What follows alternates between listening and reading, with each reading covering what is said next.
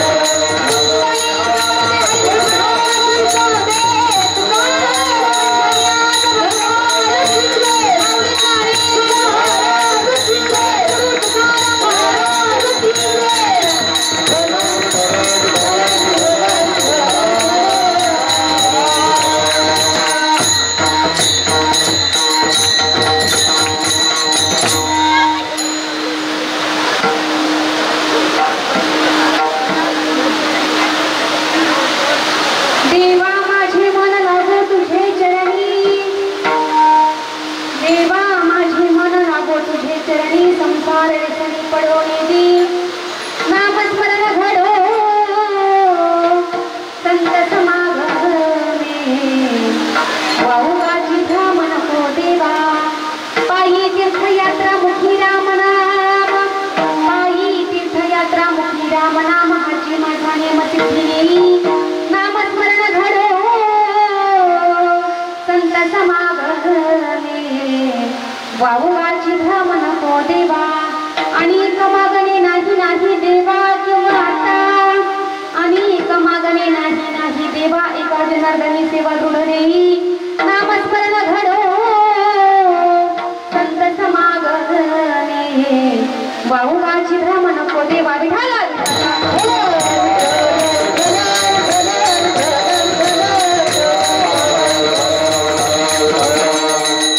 प्रविश मम वाचनिमा प्रसुप्तां संजीवयते किल शकिलरस्वरा अन्योच्यस्तचरणा श्रवणद्वदारि प्राणा नमो भगवते पुरुषाय तुभ्यं जय जय श्री राधारमण जय जय नवल किशोर जय गोपीचित चोर प्रभु जय जय माखन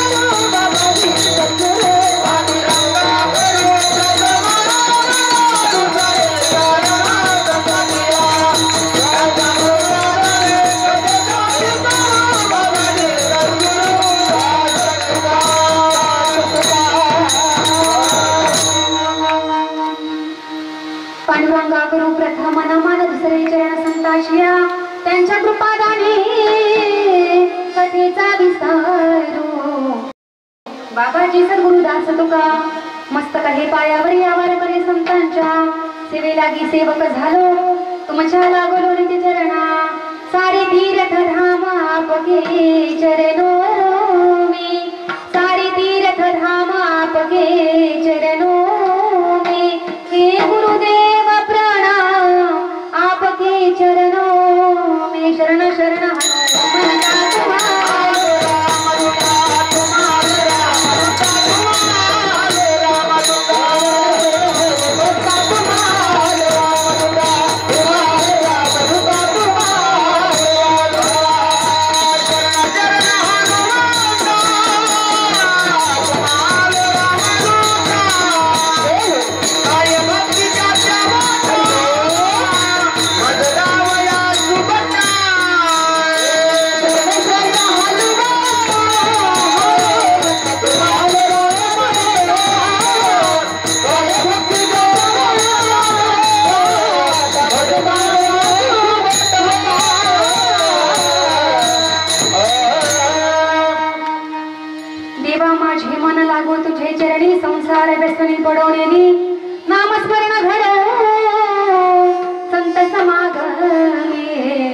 वाहुगाची भ्रमण को देवा विठाला विठाला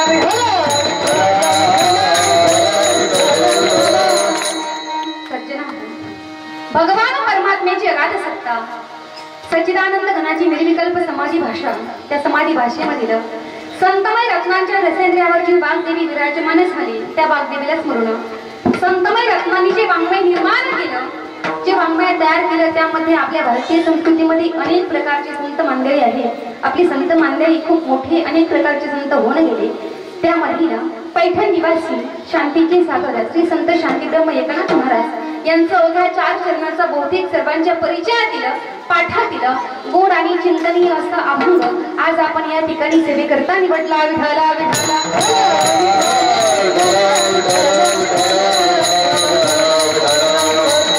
अभंग हा शांतीब्रह्म एकनाथ महाराजांचा आहे अभंग हा मागणीपर प्रकरणामधील आहे या अभंगामध्ये शांतीब्रह्मनाथ बाबा भगवंताकडे या ठिकाणी मागणी मागतात की भगवंता एकतर आम्हाला काही नको परंतु जर द्यायचं असेल ना तर देवा माझे मन लागो तुझे चरणी संसार व्यसनी पडवणी माझं जे चंचल मन आहे या चंचल मनाला भगवंता फक्त तुमच्या चरणाजवळ जागा द्या याचं कारण असं आहे की चंचल असणारं म्हणजे आहे हे सहजासहजी परमार्थ करू देत नाही सहजासहजी भगवंताचं नामचिंतन परमार्थ करू देत नाही आणि म्हणून या चंचल मनाला भगवंता तुमच्या चरणाजवळ जागा द्या का चरणाजवळ जागा मागितली याचं एक कारण आहे की चंचल असणारं एकदा भगवंताच्या चरणाजवळ स्थिर झालं रे झालं की आता कुठे धावे मन तुमचे चरण देखलिया वास्तविक ते सैरावैरा संसारामध्ये किती जरी भटकत असलं आणि परमार्थामध्ये आल्यानंतर ज्यावेळी भगवंताचे चरण आपलं चंचल मन हे बघत असतं नामचिंतन करत असताना त्यावेळी ते चंचल असणारा मन सैरावैरा इकडं तिकडं कुठेही धावत नाही म्हणून त्या ठिकाणी शांतीब्रह्मनाथ बाबा मागतात की देवा माझे मन लागो तुझे चरणी ज्या संसारामध्ये मी जन्माला आलो या ठिकाणी या संसाराच्या व्यसनामध्ये माझ्या मनाला गुंतवू देऊ नको अखंड मुखाने भगवंता तुमचं नामचिंतन करू द्या परंतु ती असणारं नामचिंतन संत महात्म्याच्या संगतीमध्ये घडावं भगवंता सुंदर असणारा पंचमहाभूतापासून निर्माण झालेला सुंदर असणारा नरदेह भगवंता तुम्ही मला दिला तो नरदेह भगवंता दान स्वरूपामध्ये दिला परंतु या नरदेहाच्या इंद्रियाने पायाने तीर्थयात्रा घडावी मुखाने भगवंता तुमचं नामचिंतन घडावं आणि हा नियम करण्याचं कार्य जे आहे काम जे आहे ते आमचं आहे परंतु आमचं असणारा केलेला नियम परमार्था बाबतीतचा तो सिद्धीस आणि पूर्णत्वास नेण्याचं कार्य हे भगवंता तुमचं आहे याच्यापेक्षा वेगळं चंचल मनाला तुमच्या चरणाजवळ जागा संसाराच्या व्यसनापासून मुक्तता इतर कुठलेही बनवू नको मुखाने भगवंताचं नामचिंतन पायाने तीर्थयात्रा आणि हा जो नियम आहे भगवंता आम्ही केला हा नियम सगळं सिद्धी जाऊ द्या याच्यापेक्षा वेगळं असणारं मागणं किंवा देवा तुझी सेवा सोडणं इतर असणारं वेगळं असणारं मागणं माझं काहीच नाही विठाला विठाला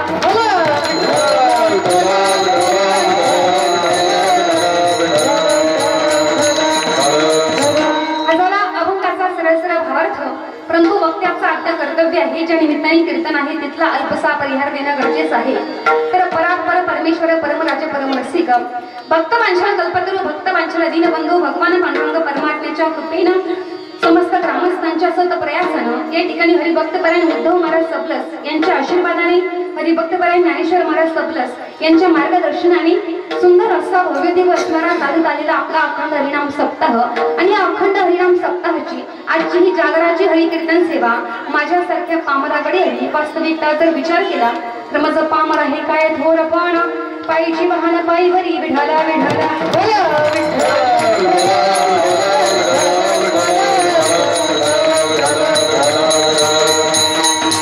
असो अतिशय सुंदर रम्य असणारं वातावरण आहे सुरुवातीला थोडंसं वादळ झालं वाटत नव्हतं की वादळ हे शांत होईल परंतु ही परमार्थाची ताकद आहे आपलं कीर्तन या ठिकाणी संपन्न होईल एकाहून बैरी असे सुंदर गायक वादक या ठिकाणी उपस्थित आहेत परंतु यांच्या समूहीत सुद्धा खाली बसलेल्या महिला वर्ग तुमची सुद्धा साथ या ठिकाणी आवश्यक आहे म्हणून पाठीमागे बसलेल्या खाली बसून घ्या तुम्ही शांत बसा भगवंताचं नामचिंतन करा विठाला विठाला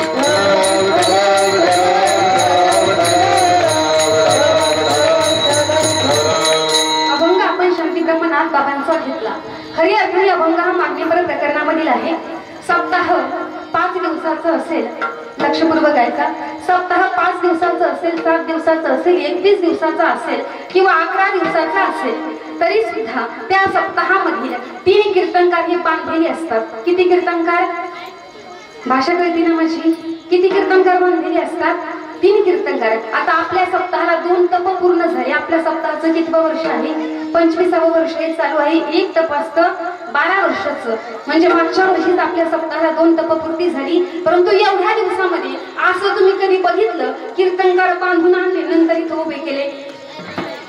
बांधलेले याचा अर्थ दाव्याने रस्सीने दोरीने बांधलेले नव्हे, तर नियमाचं बंधन सप्ताहामधल्या 3 कीर्तनकाराला असतं. कुठल्या प्रथम दिवसाची सेवा जर असेल तर सकळ मंगळनिधी श्री विठ्ठलाचे नाम आधी प्रथम दिवशी म्हणजे भगवंताच्या नामाचा गजर झाला पाहिजे. भगवंताचं नामचिंतन अभंग नाम करा. आजचा दिवस म्हणजे आपला मागणीचा दिवस. आज आपल्याला भगवंताकडे मागणं मागायचंय.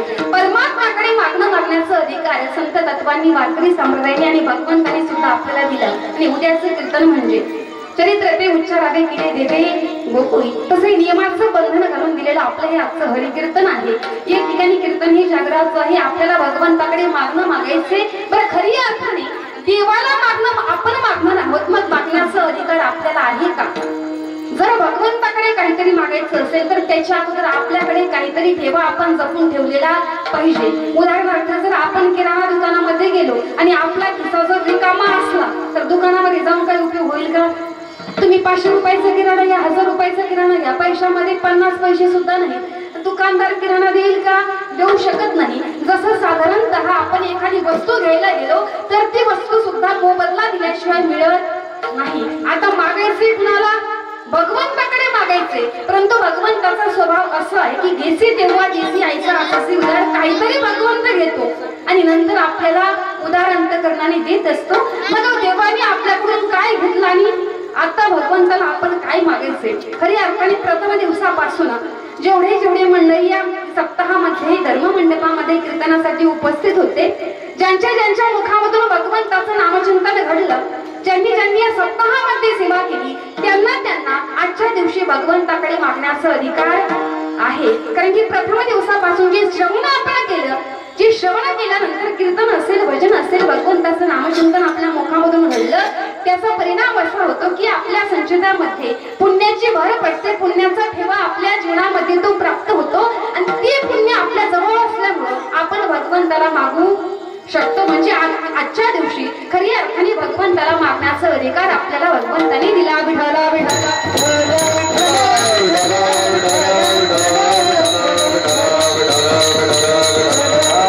परंतु मागत असताना सुद्धा मागण्याचे सुद्धा बरेच प्रकार आहेत. भगवंताने देवाकडे मागण्याचा अधिकार आपल्याला दिला, परंतु खरी अर्थाने त्या भगवंताकडे आपण काय मागितलं पाहिजे याचं ज्ञान आपल्याला आहे? खरी अर्थाने नाही त्यातनं. कारण की जीवाचं मागणं वेगळं, देवाचं मागणं वेगळं आणि संत महात्म्यांचं मागणं वेगळं. आता जीव भगवंताकडे काय मागतो? जीव म्हणजे कोण हो? जीव म्हणजे तुम्ही आम्ही मनुष्य प्राणी. भाषा कळती ना माझी? हा, जीव म्हणजे तुम्ही आम्ही. आता आपल्याला खरी अर्थाने आपण काय मागितलं पाहिजे आणि जीव देवाकडे काय मागतो? जीवाचं मागणं वेगळं, देवाचं मागणं वेगळं आणि संत महात्म्यांचं वेगळं. जीव भगवंताकडे ज्या गोष्टी मागतो त्या नश्वर असणाऱ्या गोष्टी आपण मागतो की द्यावे खावे बरे असावे सदैव हेची करी हावं संसारिक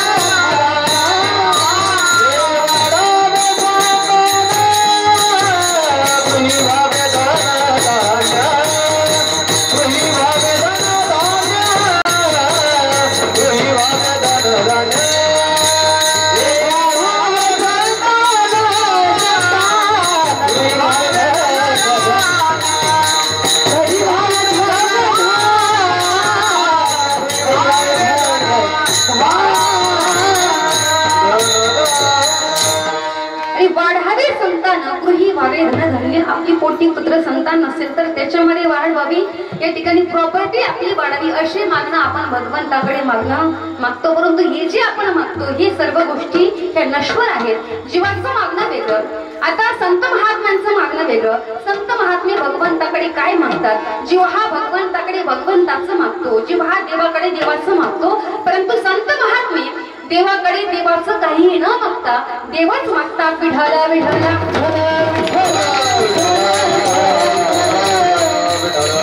संतांचं आणि भक्ताचं मागणं कशा पद्धतीचं असावं? ज्यावेळी कौरव पांडवांचं युद्ध होणार होतं त्याच्या अगोदर युद्धासाठी मदत मागण्याकरता भगवान श्रीकृष्ण परमात्माकडे दुर्योधन सगळ्यात अगोदर जाऊन पोहोचला. भगवंताने पाहिलं की दुर्योधन समोर येतोय, परंतु सकाळ सकाळची ही वेळ आहे. भगवंत विचार करतात सकाळी सकाळी त्या दुष्टाचं तोंड बघायचं नाही. भगवंत जागे होते, पण दुर्योधन समोरून येताना पहिला आणि भगवंताने झोपेचं सोंग घेतलं. दुर्योधन जसा आला तसा भगवंताच्या उशाजवळ जाऊन बसला, डोक्याजवळ जाऊन बसला. त्या 2-5 मिनिटांनी पुन्हा पाठीमागून अर्जुन आला.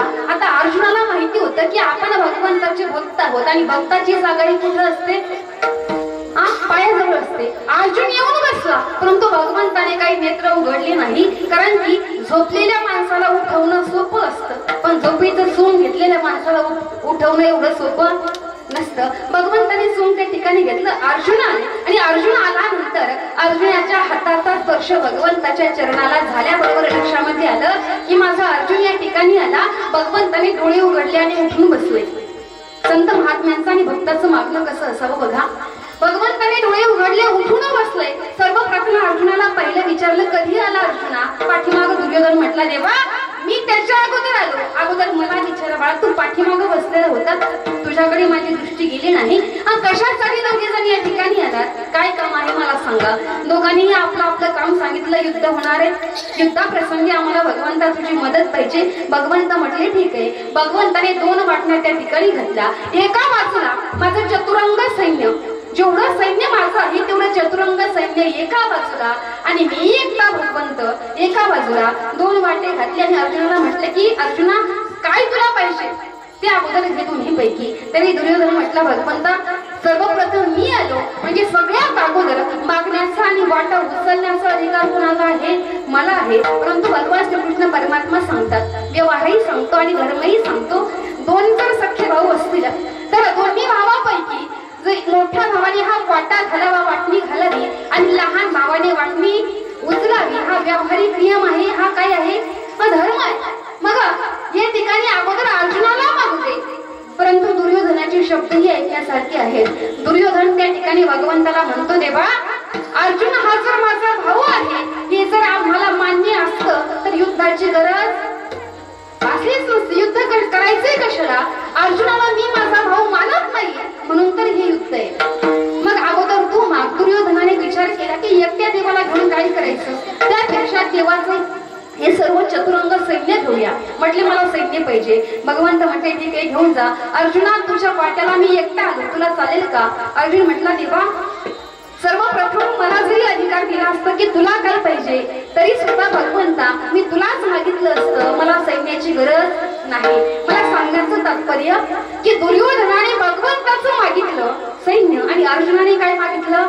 अर्जुनाने भगवंताला मागितलं. दुर्योधनाने सैन्य मागितलं, दुर्योधनाने भगवंताचं मागितलं, देवाचं मागितलं. परंतु अर्जुनाने देवाचं न मागता देवच मागितला. म्हणून सर्वांच्या डोळ्यासमोर प्रसंगाना दुर्योधनाचा सर्व नाश झाला आणि 5 पांडवापैकी ह्या 5 पांडवांचा काय झाला? विजय झाला. मला सांगण्याचं तात्पर्य की जीवाचं मागणं जे असतं तर ते खरी अर्थाने नश्वर असतं. विठाला विठाला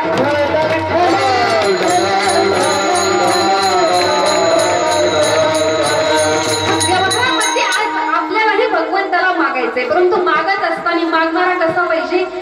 चतुर पाहिजे. चतुर पाहिजे. एकाने भगवान शिवशंकराला प्रसन्न करून घेतलं, कारण की 33 कोटी देवापैकी सगळ्या देवामध्ये सर्वात भोळं दैवत म्हणजे कोण? भगवान शंकर. प्रसन्न करून घेतलं. वरबरुही म्हटल्यानंतर म्हटले काय मागायचे ते माग. ते व्यक्तीने काय मागावं? सुंदर मागणं मागितलं. कदाचित ते मागणं तुम्हालाही आवडेल. तो म्हटला मी ज्या वस्तूला स्पर्श करेल त्याचं काय झालं पाहिजे? सोनं झालं पाहिजे. भगवंत तू म्हटले निघून गेले, घरी आला आणि संपूर्ण घर सुवर्णाचं झालं. सुवर्णाचं त्या ठिकाणी झालं. बायकोला म्हटलं अगं मला खूप भूक लागली, कारण की मी 8 दिवस तपाला बसलो होतो. भगवान शंकर प्रसन्न झाले आणि मला वरदान सुद्धा दिलं. मला पटकन जेवायला आलं. बायकोने सुंदर ताट केलं, जेवायला ताट समोर ठेवलं आणि त्यांनी जेवणासाठी आपल्या हातामध्ये घास घेतला. परंतु ज्याचा हाताचा स्पर्श त्या अन्नाला झाला, अन्नाचं काय झालं? आता माणसाने किती जरी सुवर्ण कमवले तरी खायला काय लागणार आहे? हा, खायला भाकरीच लागणार आहे ना, खायला अन्न लागणार आहे. आता काय सोनं खाईल का? आज त्याचं सोनं झालं. वाईट वाटलं की आता काय खाऊ मी? तेवढ्यामध्ये छोटी असणारी छोटीशी पोरगी आपली धावत पळत बाबाकडे आली. बाबा आले, बाबा आले, बाबा आले. पोरीला उचलून घेतलं. जसं ते लेकराला हाताचा स्पर्श झाला तसं त्या मुलीचं काय झालं? सोनं झालं. अशी जर मागणं आपण भगवंताला मागितलं तर ही मागणी कशी असणार आहे? ही दुःख देणारी असणार आहे. मग मागणं कुणासारखं मागावं? ज्यावेळी सत्यवानाचा मृत्यू झाला आणि ही गोष्ट सावित्रीला कळाली, ज्यावेळी सत्यवानाचा मृत्यू झाला, यम देवता त्या ठिकाणी आल्या, तर सती असणारी ती सावित्री तिने यम देवताची स्तुती केली. मागणं कुणासारखं मागावं स्तुती केली आणि यमाची स्तुती केल्यानंतर यम देवता प्रसन्न झाले. म्हटले प्रसन्न आहे, एवढी स्तुती आजपर्यंत माझी कधी कुणी केली नाही. मी प्रसन्न आहे तुला. तुला जी गोष्ट पाहिजे, काय तुला मागायचंय ते मागून घे. आता ही चतुर मागणारी म्हणाली. काय मागितलं तिने असं त्या ठिकाणी मागितलं की या ठिकाणी माझ्या सासऱ्याने त्यांच्या नातवंडाच्या डोक्यावरती राजछत्र धरलेलं बघावं. आता एक मागणं मागितलं, परंतु एका मागणीमध्ये तिने 4 मागण्या मागितल्या. आता पोटी पुत्र संतान नव्हती, म्हणून पतीचा मृतदेह समोर पडलेला आहे. त्या ठिकाणी असं मागणं मागितलं. यमालाही आश्चर्य वाटलं की काय मागितलं या सावित्रीने, की आपल्या सासऱ्याच्या म्हणजे आपल्या सासऱ्याच्या त्या सासऱ्याने नातवाच्या डोक्यावरती राजछत्र धरलेलं पाहावं. आता तर पोटी पुत्र संतान नाही, म्हणून मुलगा होण्याकरता नवऱ्याला जिवंत करावं लागणार आहे. परिस्थिती ही दरिद्री आहे. जर राज्य भोग जर भोगायची असतील तर त्या ठिकाणी राज्य म्हणजे सुख समृद्धी संपदा त्या ठिकाणी द्यावी लागणार आहे. बरं सासरा जो आहे, सासरा जिवंत होता पण सासरा तो निडोळ्याने आंधळा होता. सासऱ्याला काही दिसत नव्हतं. आता सासऱ्याने नातवाच्या डोक्यावरती राजछत्र धरलेलं बघायचे म्हटल्यानंतर सासऱ्याला काय द्यावं लागलं? सासऱ्याला सुद्धा दृष्टी द्यावी लागली आणि तू असणारा मुलगा जो जन्माला आला त्याला राज्यगादी द्यावी लागली. म्हणजे मागणं मागितलं सर्वसामान्यासारखं एक मागणं मागितलं, परंतु एका मागणीमध्ये 4 मागण्या त्या ठिकाणी मागितल्या. मग मागणारा सुद्धा कसा पाहिजे? चतुर पाहिजे. या ठिकाणी सुद्धा शांतीब्रह्म भगवंताकडे मागतात. आता संत महात्म्यांच्या जीवनाबद्दल जर विचार केला तर संत महात्म्यांना मागायला आवडत नाही. संत महात्म्यांची प्रमाण आहेत की काही मागणे ही आम्हा अनुचित, वडिलांची रीत जाणत असेल किंवा सर्व संत महात्मे सांगतात की मागायला आवडत नाही. जगद्गुरु तुकोबारायांच्या बाबतीमध्ये जर आपण विचार केला तर मागायला संतांना आवडत नाही. तुकोबारायांच्या गाथ्यामध्ये 125 अभंग ही मागणीपर प्रकरणामध्ये आहेत. मग मागायला आवडत नाही, मग मागितलं कसं काय? ही अभंग कशी उत्पन्न झाली, कशी तयार झाली याचं कारण आहे. संत तत्व सांगतात काही मागणे ही आम्हा अनुचित, काही मागणं हे अनुचित आहे आणि काही मागणं उचित सुद्धा आहे. मग उचित वेळाप्रमाणे संत महात्म्यांनी भगवंताकडे मागणी मागितली. आता या ठिकाणी सुद्धा 3 मुद्दे पडतात, लक्षपूर्वक ऐका. संत महात्म्यांनी भगवंताकडे मागितलं, परंतु मागत असताना 3 गोष्टी महत्वाच्या असतात. एक तर मागणाऱ्याला माणूस दुसऱ्याकडे मागण्यासाठी कधी प्रवृत्त होतो बघा. तुमचं लक्ष माझ्याकडे असू दे.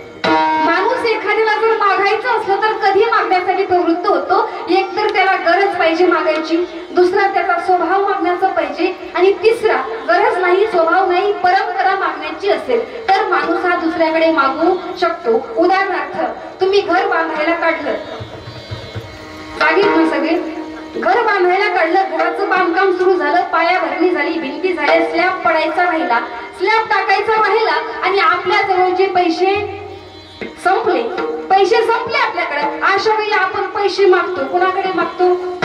आळंदी मधल्या महाराज लोकांकडे ओळख जरी असली तरी आपण मागू शकत नाही. कुणाकडे मागतो आपण? नातेवाईकाकडे मागतो.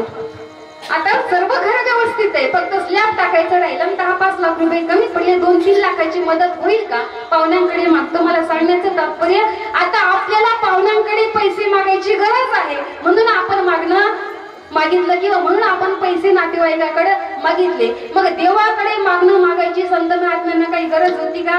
बरं शांती ब्रह्मनाथ बाबांना तर अजिबात नव्हती, कारण की शांती, श्रीमंती आणि संतत्व या तीनही गोष्टी नाथ महाराजांच्या जीवनामध्ये भरभरून होत्या. तरी मागितलं कसं? पहिली गोष्ट, संत महात्म्यांना गरज नाही तरी संत महात्म्यांनी मागितलं. दुसरा मुद्दा, कधी कधी मागायची गरज नसते, परंतु स्वभाव माणसाचा असा असतो की त्याला नेहमी हात पसरायची सवय असते. असे काही काही माणसं समाजामध्ये असतात. गडगंज संपत्ती आहे, कधी सप्ताहाला वर्गणी देणार नाही, कधी 1000 रुपये दानपेटीमध्ये टाकायची इच्छा होत नाही आणि येऊन जाऊन दुसऱ्या समोर हात पसरण्याचा काही काहींचा स्वभाव असतो. आता आपल्या गावामधलं सांगत नाही का, गावामधला प्रतिष्ठित व्यक्ती जो सावकार आहे, प्रतिष्ठित व्यक्ती, परंतु जीवनामध्ये दानधर्म नाही, फक्त मागायची सवय होती. कधी कधी मागायची सवय असते. मला एवढंच सांगायचंय, मागायची सवय होती. तो असा रस्त्याने चालला आणि रस्त्याचं काम सुरू होतं. रस्त्याच्या बाजूला मोठा खड्डा होता आणि रस्त्याने चालता चालता बाजूचा खड्डा त्याला काही दिसला नाही, पाय घसरला आणि खड्ड्यामध्ये पडला. खड्डा हा डोक्यापेक्षा उंच होता. खड्ड्याच्या बाहेर यायचे प्रयत्न करत होता, परंतु खड्ड्याच्या बाहेर काही निघता येईना. आजूबाजूला 10-15-20 लोक जमा झाले. म्हटले, सावकार बाहेर या. आता आतमधून खड्ड्यामधून सावकार म्हणत होते, मला बाहेर काढा, मला वरती काढा. प्रत्येक व्यक्ती यायचा. आता सावकाराला वरती काढायचं म्हणून त्या ठिकाणी खाली वाकून हात समोर करायचं, म्हणायचं, सावकार तुमचा हात द्या म्हणजे तुम्हाला आम्ही बाहेर काढतो. परंतु यांना कधी द्यायची सवय नव्हती. अशक्त तर जन्म आल्यापासून कधी माहिती नाही. हात द्या म्हटलं तरी सावकारांनी काय हातीला नाही. जवळपास अर्धा तास झाला, 1 तास झाला, 1.5 तास झाला, सावकार खड्ड्यात आणि 5-25 लोक बाजूला जमा झाले. काही काही लोक वैतागून घरी निघून गेले. म्हटले, वरती काढा म्हणते आणि हात देत नाही, वरती काढणार कसं? तेवढा गटमटीमध्ये एक त्याच्या जवळचा माणूस, आता आपला शेजारी कसा आहे हे कुणाला माहिती असतं? शेजाऱ्यालाच माहिती असतं ना. बाहेर गावावरून आलेल्या लोकांना माहिती नसतं. आता शेजारी कसा शेजारी, त्याचा शेजारचा व्यक्ती त्या ठिकाणी आला आणि जास्त गर्दी जमली म्हणून लोकांनी बघितलं काय झालं, कशा करता लोक जमले, नेमकं घडलं काय? लोक म्हणले, काही नाही, तुमचा शेजारी बघा ना खड्ड्यात पडलाय, बराच वेळ झालं, बाहेर काढा तर म्हणतोय, पण काही बाहेर येता येईना आणि हात काय तो देईना. तो म्हटला, सगळी बाजूला सरका, तुम्ही 1.5 तास घालवला, मी या अर्ध्या मिनिटामध्ये याला बाहेर काढून दाखवतो. कारण की याला काय पाहिजे फक्त कोणाला माहिती? मला माहिती, मी शेजारी आहे म्हणून. तो समोर गेला. सगळ्या माणसांना, आता लोकांनाही आश्चर्य वाटला की काय म्हणतो हा, कसा सावकाराला बाहेर काढतो. सगळ्यांना बाजूला केलं. हा खाली वाकला, आपला हात समोर केला आणि सावकाराला म्हणला, सावकार हात घ्या. जागे ना सगळे, रेंज कमी नाही का तुम्हाला? हा, काय म्हणला? आतापर्यंत काय म्हणत होते सगळे म्हणत होते, सावकार हात द्या. आता द्यायचं सावकाराला माहिती नव्हतं आणि हात जवळ गेला, म्हणला, सावकार हात घ्या. घ्या म्हटलं की सावकाराने पटकन हात समोर केला ना, अर्ध्या मिनिटाच्या हात सावकार खड्ड्याच्या बाहेर. हा, मला सांगण्याचं तात्पर्य तुमच्या लक्षामध्ये यावं म्हणून सांगितलं की आता यांचा स्वभाव मागणार आहे. मग संत महात्म्यांचा स्वभाव मागायचा होता का? अजिबात नाही. संत महात्मे स्वभावता या ठिकाणी मागणारे नव्हते, तरी मागितलं का? आणि तिसरी गोष्ट, कधी कधी गडगंज संपत्ती आहे, पैसा किंवा भगवंताकडे काही मागायची गरज नाही, स्वभाव नाही, तरी सुद्धा मागावं लागतं, कारण की परंपरा आहे. आता ज्यांच्या घरी किंवा जे भगवती म्हणजे जगदंबा मातेचे भक्त असतील, ज्यांच्या घरामध्ये देवीची परडी असतात, त्यांच्या लक्षामध्ये किती जरी आपण श्रीमंत असलो तरी परंपरेनुसार जर घरामध्ये परडी असेल तर 5 घर का होईना देवीचा जोगवा मागावा लागतो. म्हणजे गरज नाही या ठिकाणी, स्वभाव नाही, परंतु परंपरा आहे म्हणून मागावं लागतं. या तिन्ही गोष्टीमध्ये संत महात्मे कुठे येतात? संत महात्म्यांना गरज नाही, स्वभाव नाही, परंपरा सुद्धा नाही, तरी मागतात का? परंतु याचं कारण खऱ्या अर्थाने असं आहे, हे संत महात्म्यांनी अविरत पद्धतीने भगवंताची अखंड जीवनामध्ये ही सेवा केलेली असते आणि अखंड सेवा केल्यामुळे त्या ठिकाणी भगवंत हा संत महात्म्यांचा काय होतो? ऋणी होतो. आपण जर एखाद्याकडून कर्ज घेतलं, एखाद्याकडून पैसे घेतले, ते कर्ज जर वाढत गेलं आणि ते पैसे जर आपण नाही चुकवले, तो व्यक्ती समोरून आल्यानंतर आपली मान आपोआप खाली झुकल्या जाते. परंतु हे संत महात्मे जे आहेत, हे संत महात्म्यांनी जन्मोजन्मी भगवंताची भक्ती केली आहे, कधी काही मागत नाही. मग भगवंताच्या जवळ सेवेचं ऋण त्या ठिकाणी झालं. भगवंत संत महात्म्यांना विनंती करतात, ही सेवेचं ऋण माझ्या मस्तकावरती आहे, या ठिकाणी ऋणामधून माझी मुक्तता करा, म्हणून माझी इच्छा आहे, माझी मुक्तता व्हावी, म्हणून तुम्ही संत महात्म्यांनी मला मागणं मागावं अशी माझी इच्छा आहे. अशी इच्छा ही शांती ब्रह्मनाथांच्या जवळ प्रगट केली. मागायची गरज नव्हती, स्वभाव नव्हता, परंपराही नव्हती, तरी शांती ब्रह्मनाथांनी मागणं मागितलं. मागितलं काय मागितलं अभंगाचं प्रत्यक्ष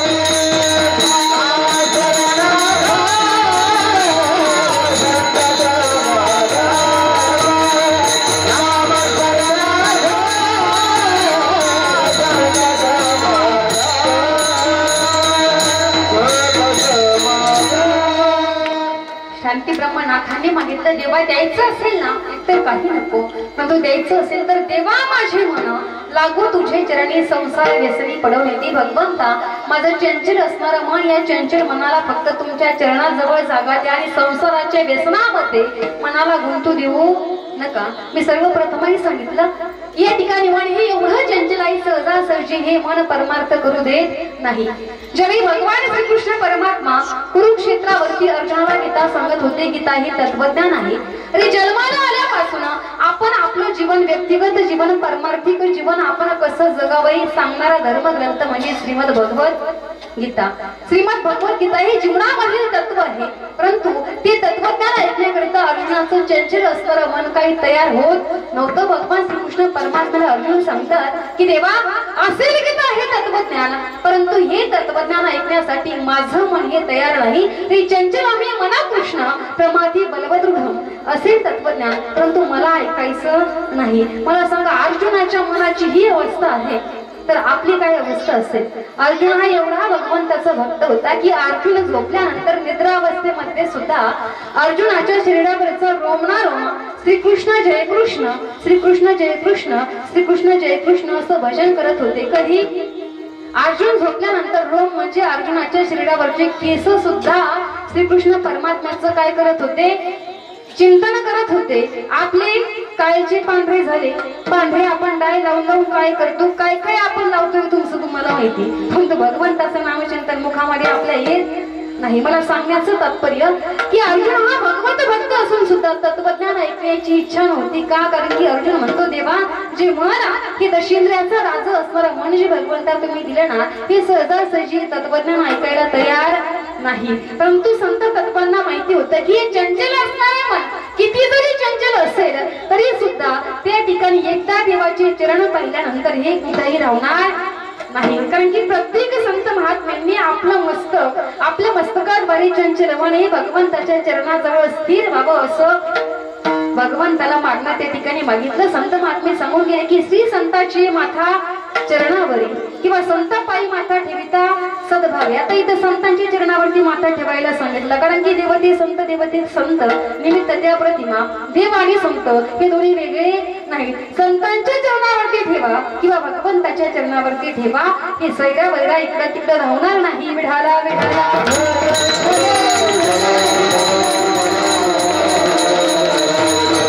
मनाला एवढा वेग की वायामन हे नाव एरवी कल्पनाची सवय. मला सांगा, पंढरपूर कुणी कुणी बघितलं, काशीला कोण कोण जाऊन आलं, चारीधाम कोणाकोणाचे झाले, आळंदीला कोण कोण गेलं, पैठणला कोण कोण गेलं. आता जेवढ्या तीर्थक्षेत्राचे नाव मी या ठिकाणी घेतले, मी नाव घेता क्षणी जेवढे जेवढे जण पंढरपूरला जाऊन आले, आता इथं बसलेल्या पैकी तुमचं मन क्षणार्धामध्ये पंढरपूरला जाऊन आलं की नाही पुन्हा पाठीमागला? मनाच्या वेगापुढे कोणाचाही वेग नाही. म्हणजे कल्पना केल्याबरोबर आपलं मन त्या स्तरावरती त्या ठिकाणी जाऊन पोहोचतं आणि पुन्हा पाठीमाग येतं. परंतु आपलं असणारं मन हे त्या मनाद्वारे जर परमार्थ केला तर वैकुंठ कैलास स्वर्गाची मोक्षाची प्राप्ती जीवनामध्ये होऊ शकते. परंतु हेच असणारं मन जर वाईट व्यसनाच्या आहारी गेलं, वाईट व्यसनामध्ये जर गुंतलं, विषयाच्या पाठीमागे जर हे मन धावलं, तर याच मनाने नरकाची प्राप्ती सुद्धा जीवाला होणार आहे. विठाला विठाला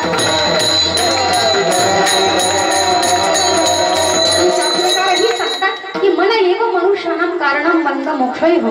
जर मनाने विचार केला तर मोक्षापर्यंत घेऊन जाणारा सुद्धा मन आहे. म्हणून शांती ब्रह्मनाथ बाबा सांगतात की या चंचल मनाला भगवंता तुमच्या चरणाजवळ जागा द्या आणि संसाराच्या व्यसनामधून बाहेर काढा. कारण की संसार असा आहे की संसाराची अंगी अवघीच व्यसने, जो संपूर्ण व्यसनाने भरून गेलेला आहे त्याचं नाव काय आहे?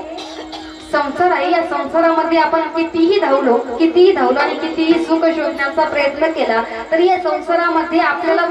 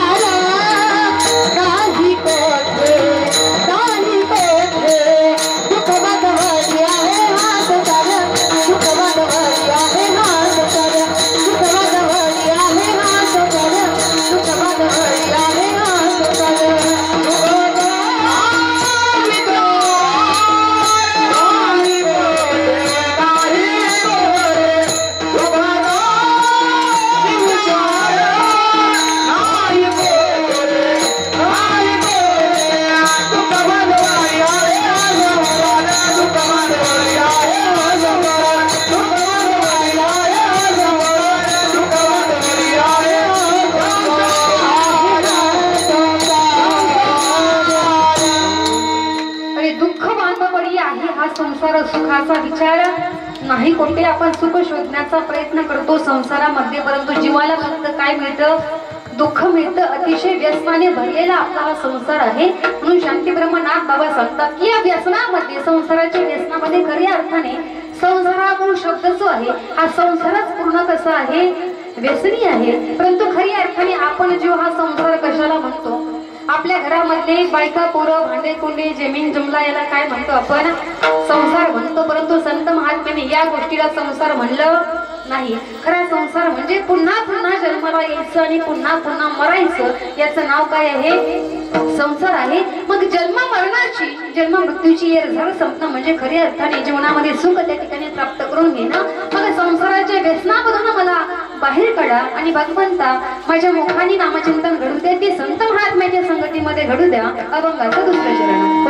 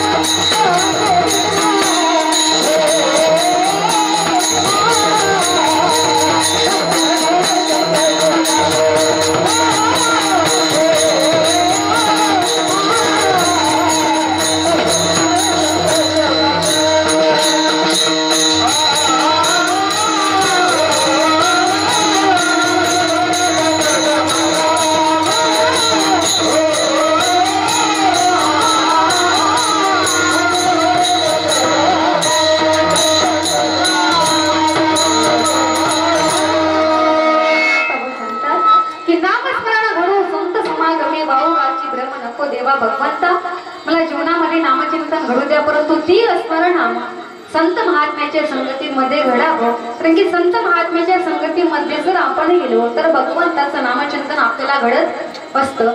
संत महात्म्याच्या संगतीमध्ये आपण गेलो तर काही न करता आपला उद्धार झाल्याशिवाय राहणार नाही. परंतु तीच संगती जर आपण वाईटाची केली, नास्तिकाची केली, दुर्जनाची केली तर तिथेही काही जास्त त्रास नाही, परंतु फुकटचं नरकाचं तिकीट आपल्याला काढून मिळतं. कोणाच्या संगतीमध्ये? दुर्जनाच्या संगतीमध्ये तुकोबाराय सांगतात की दुर्बुद्धी ते म्हणा कदा उपजो नारायणा.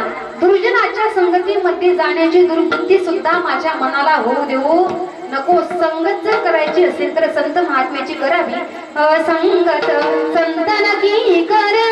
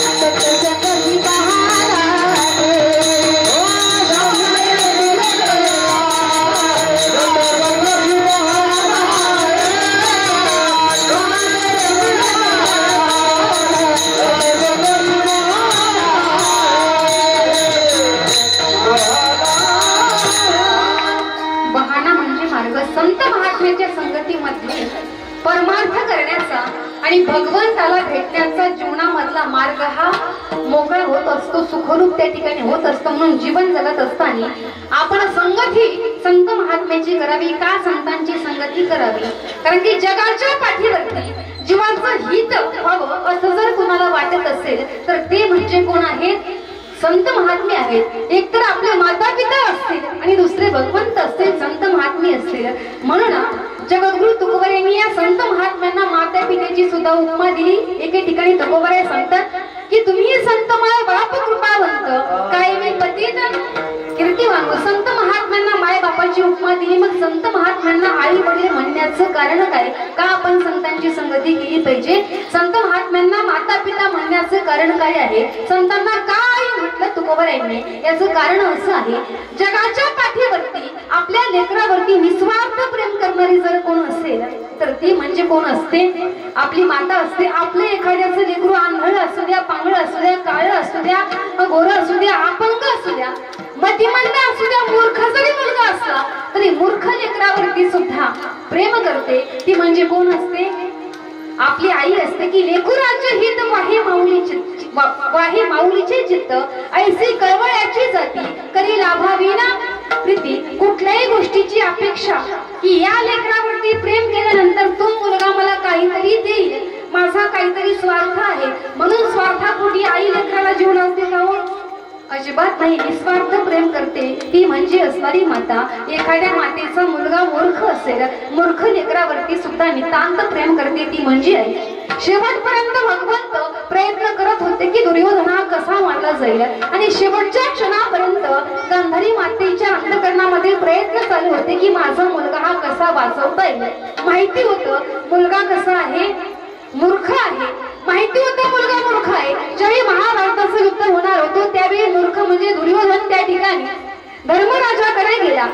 कारण की दुर्योधनाला माहिती होतं ही जरी विरोधी पार्टी असली तरी सुद्धा धर्म हा जीवनामध्ये कधी खोटं बोलत नाही. कुणाला माहिती होतं दुर्योधनाला तो खरं त्या ठिकाणी आपल्याला सांगेल. दुर्योधना धर्मराजाच्या जवळ गेली आणि प्रश्न केला, दादा मला वज्रदेही व्हायचंय. माझा सांगण्याचा मुद्दा लक्षात घ्या. आई लेकरावरती किती प्रेम करते. दादा मला वज्रदेही व्हायचे, मी वज्रदेही कशाने होईल हे मला सांगा. धर्माने सांगून टाकलं. स्वतःच्या मातेसमोर निवस्त्र त्या ठिकाणी जाऊन उभं राहा. ज्यावेळेस ती नखशिखांत तुला पाहिलं संपूर्ण देहाने तू वज्रदेही होशील. त्या ठिकाणी मान्य केलं. आपल्या मातेच्या समोर जाऊन उभं राहिलं. सांगितलं आई मला वज्रदेही व्हायचंय. एकदा मला निवस्त्र असताना नखशिखांत मला बघ, मी वज्रदेही होईल. आईचं लेकरावरती किती प्रेम असतं बघा. आईला माहिती होतं मुलगा हा मूर्ख आहे. जरी हा वज्रदेही झाला तरी सुद्धा संपूर्ण कुळाचा हा काय करणार आहे, नाश करणार आहे. ही माहिती असून सुद्धा ती आई त्या ठिकाणी म्हणते बाळा तुझ्यासाठी मी अग्नीमध्ये उभं राहील. ज्या दिवशी लग्न होतं गांधारी मातेचं आणि धृतराष्ट्राचं, त्या लग्न मंडपामध्ये उभा राहिल्यानंतर त्या माता माऊलीला कळालं होतं की ज्याच्या सोबत आपण लग्न करतोय तो दोन्ही डोळ्याने कसा आहे, आंधळा आहे. दोन्ही डोळ्याने जग बघू शकत नाही. एवढी पतिव्रता माऊली होती, एवढी पतिव्रता स्त्री होती की आपला नवरा जर जग बघू शकत नाही तर जग बघायचा अधिकार आपल्याला नाही. ज्या दिवशी कळालं त्या क्षणी आपल्या डोळ्यावरती पट्टी बांधून घेतली होती. 100 लेकरांना जन्म दिला तरी सुद्धा मी जन्माला घातलेलं लेकरू कसं दिसतंय हे बघण्यासाठी सुद्धा गांधारी मातेने कधी डोळ्यावरची पट्टी बाजूला केली नाही. पण आता दुर्योधन समोर उभा आहे आणि सांगतोय आई फक्त एकदा मला बघ, मला वज्रदेही व्हायचंय. आईने सांगितलं मी तुझ्यासाठी बाळा अग्नीमध्ये उभं राहील. आईने डोळ्यावरची पट्टी सोडली. दुर्योधनाला पाहिलं. दुर्योधना वज्रदेही झाला परंतु डोळ्यावरती पुन्हा पट्टी बांधत असताना ती आई म्हणते दुर्योधना ज्यावेळेस तू माझ्या जवळ येत होता रस्त्याने तुला कोणी भेटला ना आई? भेटला होता कृष्ण परमात्मा. त्याने सर्व व्यवस्थित केलं. काय केलं होतं परमात्म्याने? दुर्योधन रस्त्याने चाललेला असताना परमात्मा मध्ये आडवा झाला. कारण की मला सांगण्याचं तात्पर्य की शेवटच्या क्षणापर्यंत भगवंताचे प्रयत्न चालू होते की दुर्योधन हा कसा मारला जाईल. भगवंत आडवे झाले. अरे जरी तुझी आई असली तरी लहान राहिला नाही तू, किमान लंगोटी घालून तरी जा. माळ्याचं रूप भगवंताने घेतलं, फुलाची लंगोटी शिवून दिली आणि त्या ठिकाणी ती लंगोटी घालून दुर्योधन समोर उभा राहिला. त्या मातेने सांगावं संपूर्ण देहाने वज्रदेही जरी झाला असता तरी तुझा कमरेचा भाग अतिशय कोमल राहील. दुर्योधना ज्यावेळी युद्ध होईल ना त्यावेळेस युद्धाच्या वेळी काळजी घे. तुझ्या मांडीच्या जवळ गदा लागू देऊ नको. कृष्ण परमात्म्याने बाहेर हे शब्द ऐकले. ज्यावेळेस दुर्योधनाचं आणि भीमाचं युद्ध सुरू झालं परंतु युद्ध सुरू असताना दुर्योधन काही केले हार मानायला तयार नाही. त्यावेळी परमात्मा हा समोर उभं राहिले आणि भीमदादाला इशारे करू लागले. भगवंताने वरती हात करावा आणि आपल्या मांडीवरती थाप टाकावी की भीमा मांडीवरती गदा मार. भीमा मांडीवरती गदा मार. मला सांगण्याचं तात्पर्य मांडीवरती गदा मारली दुर्योधनाचा अंत झाला. परंतु सांगण्याचं तात्पर्य एवढंच आहे की मूर्ख मुलगा जन्माला आलेला आहे. ती मातेला माहिती होतं म्हणून शेवटपर्यंत ती माता प्रयत्न करत होती की मुलगा कसा वाचवता येईल आणि भगवंतही शेवटपर्यंत प्रयत्न करत राहिले की दुर्योधना कसा मारता येईल. लग्नाच्या अगोदरचा मुलगा समाजाला मान्य नाही.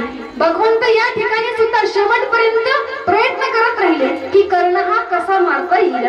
परंतु शेवटच्या क्षणापर्यंत अंतःकरण व्याकुळ होऊन कुंती माता हा प्रयत्न करत होते की कर्ण हा जगला पाहिजे. जरी लग्नाच्या अगोदरचा मुलगा असला तरी तो मरावा हे त्या आईला मान्य नाही. जगाच्या पाठीवरती आपल्यावरती निस्वार्थ प्रेम करणारी असते ती म्हणजे आपली माता. 3री 4थीचा मुलगा लहान लेकरू बापाच्या मांडीवरती बसलं. आईचं आपल्यावरती प्रेम किती असतं त्या प्रकारचे संत महात्मे आहेत. 3री 4थीचं लेकरू बापाच्या मांडीवर बसलं. बापाने त्याला एक प्रश्न केला, बाळा तुला मोठं झाल्यानंतर काय व्हायचे? आपल्यालाही मुलं असतात. आपणही आपल्या लेकराला कौतुकाने प्रश्न विचारतो, मोठं झाल्यानंतर काय व्हायचे? डॉक्टर व्हायचं, इंजिनियर व्हायचं, कलेक्टर व्हायचं, वकील व्हायचं, काय व्हायचं? लहान लहान मुलं ते आई वडिलांचे शब्द ऐकून त्या पद्धतीने ती लेकरं बोलतात। इथे त्या वडिलांनी विचारलं, बाळा मोठे झाल्यानंतर तुला काय व्हायचंय? ते लेकरांनी पटकन बोलून टाकलं, बाबा मोठे झाल्यावर की नाही मला टांगा हाकणार व्हायचंय। एवढं मारलं बापाने, तुला गाडी हाकणारा व्हायचंय, टांगा हाकणारा व्हायचंय, तुला मार मार मारलं। का मारलं? मूर्ख तुला अटकल नाही? अरे बाप तुझा वकील आहे आणि वकिलाचा मुलगा म्हणतोय मला टांगा हाकणारा व्हायचंय। ती पोरग रडायला लागलं आणि त्याची आई किचन मध्ये स्वयंपाक करत होती। त्या मुलाचं नाव नरेंद्र। किचन मध्ये ती माता भगिनी स्वयंपाक करत होती। ती धावत पळत आली, काय झालं बाळाला? त्याला उचलून घेतलं, लेकराला का रडतो? डोक्यावरून हात फिरवला, पाठीवरून हात फिरवला। त्या मुलाने सांगितलं, बघ ना गाई, मी बाबाच्या मांडीवरती बसलो, बाबाने विचारलं मोठं झाल्यानंतर तुला काय व्हायचंय? मी सांगितलं मला टांगा हाकणारा व्हायचंय। बाबाने मला मारलं। बाबा बोलले बाप वकील आहे, तुला टांगा हाकणारा व्हायचंय म्हणून मारलाय मला। बाळ रडू नको, तुला टांगा हाकणारा जर व्हायचं असेल ना तर टांगा हाकणारच हो, दुसरं काही होऊ नको। ती आई त्या लेकराला सांगत होती। डोक्यावरून हात फिरवला तर मुलगा उचलून घेतला, घरामध्ये गेली। घराच्या भिंतीवरती एक सुंदर चित्र काढलेलं होतं। त्या चित्रामध्ये दिव्य असणारा रथ होता। रथाला पांढरे शुभ्र घोडे जुंपलेले होते। त्या रथामध्ये दिव्य परमात्मा युगल पुरुष भगवान श्रीकृष्ण परमात्मा बसलेले होते। पाठीमागे अर्जुन बसलेला आहे। त्या रथाच्या जवळ ती माता गेली आणि ते लेकराला सांगू लागली, बाळा तुला टांगा हाकणारा व्हायचंय ना तर टांगा हाकणारच हो, फक्त पंढरपूर मध्ये जसा टांगा हाकतात त्या टांगा हाकणाऱ्यासारखं हो नको। जर टांगा हाकणारा व्हायचं असेल ना, हा जो दिव्य पुरुष आहे, हा जो जगाचा बाप आहे, हा जो भगवान श्रीकृष्ण परमात्मा आहे ना, या कृष्ण परमात्म्यासारखा टांगा हाकणारा हो। जीवनामध्ये जीवाला योग्य संस्कार लावणारी जर कोण असेल दादांनो तर ती म्हणजे असते कोण? ती म्हणजे आपली असणारी माता। तीच असणारे लहान पोरग मोठं झाले, त्या लेकराने त्याची विद्वत्ता एवढी झाली की लहानपणीपासून त्या मातेने दिलेले संस्कार एवढं विद्वान ते लेकरू झालं की त्याने संपूर्ण जगाला धर्म शिकवला। विठाला विठाला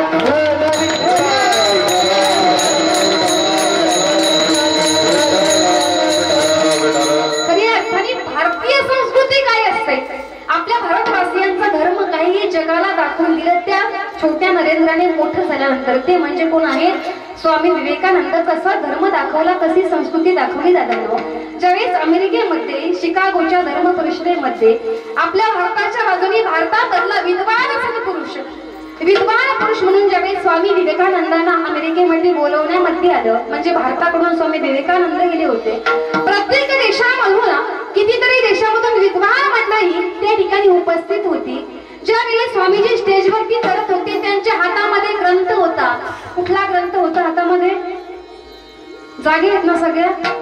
हा, तुम्हाला माहिती नाही। ज्यावेळेस स्वामीजी स्टेजवरती चढत होते त्या ठिकाणी हातामध्ये ग्रंथ होता, तो म्हणजे श्रीमद भगवत गीता।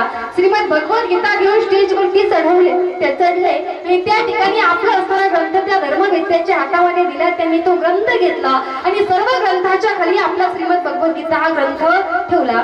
स्वामीजी भाषण करण्याकरता त्या ठिकाणी व्याख्यानासाठी उभं राहिले आणि प्रथमतः स्वामींनी शब्द उच्चारला की या ठिकाणी जमलेल्या माझ्या अमेरिकन बंधू आणि भगिनींनो, पहिला शब्द उच्चारला, टाळ्याचा कडकडाट झाला आणि आपला धर्म त्या ठिकाणी ते मांडू लागले। कारण की सर्व अमेरिकेमध्ये आलेले जे विद्वान आहेत, अमेरिकेमधले जे लोक आहेत, त्यांचा असा समज होता की भारतामधली लोक ही पारमार्थिक नाहीत, भारत हा अध्यात्माच्या बाबतीमध्ये फार पाठीमाग आहे, भारतामधले लोक हे रानटी लोक आहेत, त्यांना अध्यात्म कळत नाही। स्वामींचा भगवा वेश बघितला आणि ही मनामध्ये मानसिकता त्यांनी ठरवून टाकली। परंतु स्वामीजीने पहिला शब्द उच्चारला, टाळ्यांचा कडकडाट झाला। गीता हा ग्रंथ सर्व ग्रंथाच्या खाली ठेवला होता आणि त्यांनी आपल्या गीतेचा धर्म त्या ठिकाणी सांगू लागले की माझा धर्मग्रंथ म्हणजे श्रीमद भगवत गीता हा सर्व ग्रंथांचा पाया आहे। म्हणून त्याला सगळ्यात काय ठेवलं? खाली ठेवलं।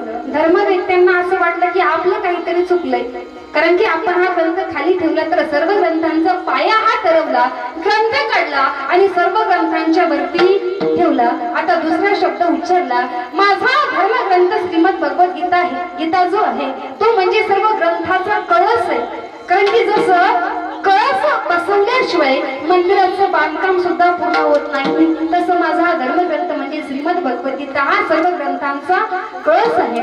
स्वामींचं भाषण ही 4.5 मिनिटं चाललं। किती मिनिटं? 4:15 मिनिटे हे भाषण चाललं. स्वामी स्टेजवरून खाली उतरले. खाली उतरत असताना आजूबाजूच्या लोकांनी जवळ गर्दी केली. स्वामी, तुमच्याकडे बघून वाटलं नव्हतं तुमच्याकडे एवढे तत्वज्ञान असेल, तुम्ही एवढे विद्वान असतात, एवढं ज्ञानाचं खजिना तुमच्याकडे असेल. तुम्ही 4:15 मिनिटं भाषण केलं, आमच्या मनाची तृप्तता नाही झाली.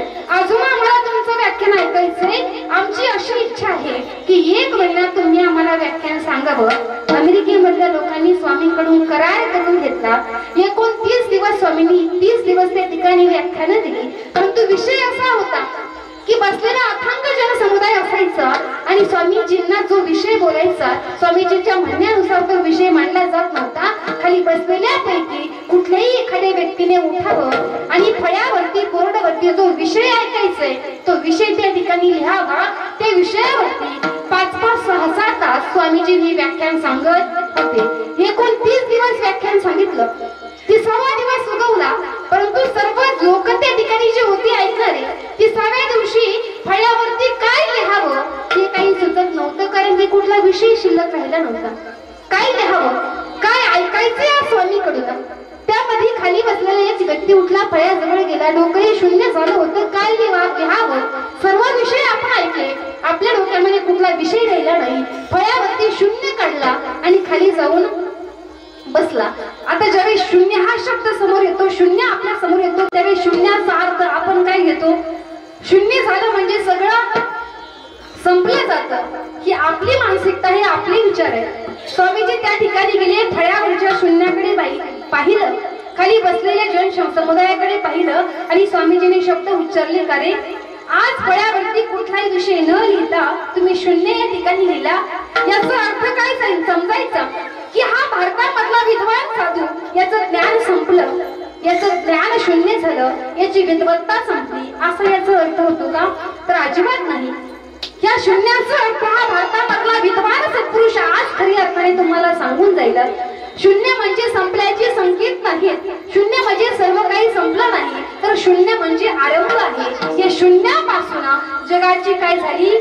निर्मिती झाली. शून्यामधून जगाची उत्पत्ती या ठिकाणी झाली. शून्य हा अंक मालिकेमधला सर्वात उदार अंतकरणाचा अंक आहे. शून्याला सर्वसामान्य समजू नाही, कारण की हा शून्य एकाच्या समोर जाऊन बसला तर त्याने एकाला 10 बनवलं, 10च्या समोर बसला 10ला 100 बनवलं, 100च्या समोर बसला 100ला 1000 बनवलं.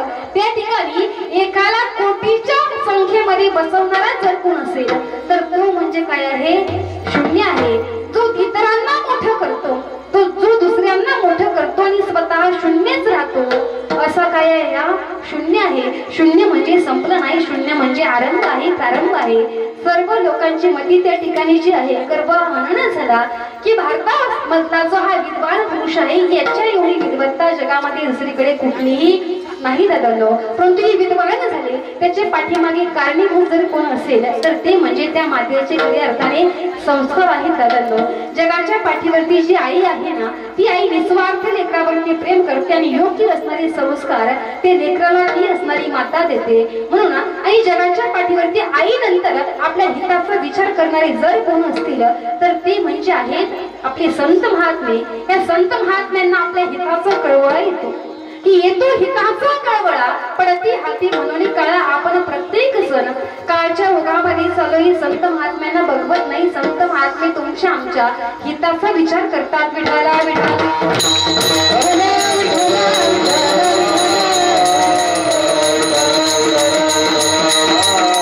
संत महात्म्यांना मायबाप म्हटलं. संत महात्म्यांचं ही मायबापाचं अंतकरण आहे. म्हणून शांती ब्रह्म नाथ बाबा सांगतात की असे असणारे मायबापासारखे जे संत महात्मे आहेत, अशा संत महात्म्याची संगती जीवनामध्ये मला घडून द्या.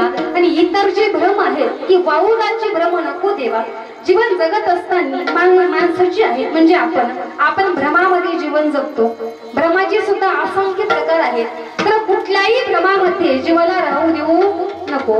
वास्तविकता जीवन जगत असताना, संसार करत असताना आपण भ्रमामध्ये एवढे राहतो की जन्माला आल्यापासून जसं आपल्याला कळतं तेव्हापासून आपण भ्रमामध्ये जगतो की हे माझं, ते माझं, ते माझं, घर माझं, संपत्ती माझी, सत्ता माझी, पत्नी माझी, मित्र माझे, सगळे माझे, सोयरे माझे. वास्तविकता हे माझं म्हणणं हा सगळ्यात मोठा आपल्या जीवनामधला काय आहे?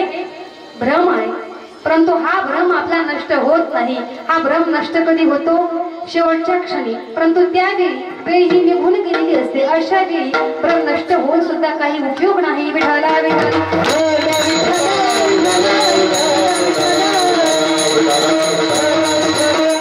आपण कमवलेली जी संपत्ती आहे ही संपत्ती आपण म्हणतो माझी, परंतु संत महात्मे सांगतात बाबा रे, ज्यावेळी तू हा पंचमहाभूतापासून निर्माण झालेला देह या ठिकाणी ठेवशील ना, त्यावेळी जाताना सुईच्या टोकावरती बसवला एवढी सुद्धा संपत्ती तू जाताना सोबत घेऊन जाऊ शकत नाही. ही संपत्ती माझी आहे. हा तुझ्या जीवनामधला काय आहे?